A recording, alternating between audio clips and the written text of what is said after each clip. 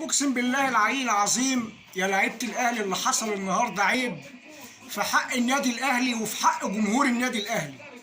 عيب عليكم هذا الاداء وهذه النتيجه وهذا الاستهتار بالنادي الكبير النادي العظيم النادي الاهلي.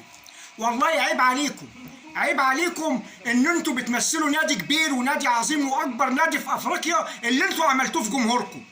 ثلاثة بالله العظيم عيب وما تستحقوا اي شيء. استهتار. وانت يا كولر، انت يا كولر ما انتش نافع، والله ما انت نافع. انت بتفكر في ماتش صن داونز وانت النهارده احنا بنلعب واحنا ماسكين بطننا طول ال 90 دقيقة. هو جمهور الاهلي يستحق منكم كده؟ جمهور الاهلي يستحق منكم كده في مباراة نجمها الاول؟ جمهور النادي الاهلي لوحده 90 دقيقة ما بطلش ولاعيبة ما عندهاش دم ولا بتحس. الشوط الاولاني يخلص 6-0 ومفيش احساس ولا في دم، مش عارفين تجيبوا جون. لعيبه بتاخد ملايين.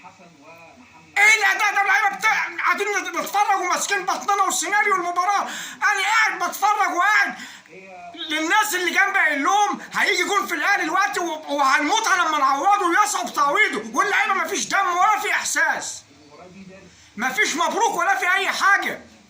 بهذا الاداء وهذا التخاذل الاهلي لا يصلح لشيء.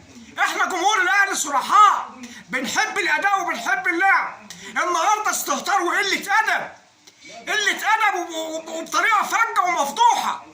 مش ده الاهلي ابدا اللي جمهوره بالملايين. ده ممكن يكون في ناس ماتت في الهدف بتاع سامبا داخل. يرضيكوا الكلام ده؟ العبوا لناديكم، العبوا لناديكم العظيم. عيب اللي بتعملوه. النادي الاهلي كبير.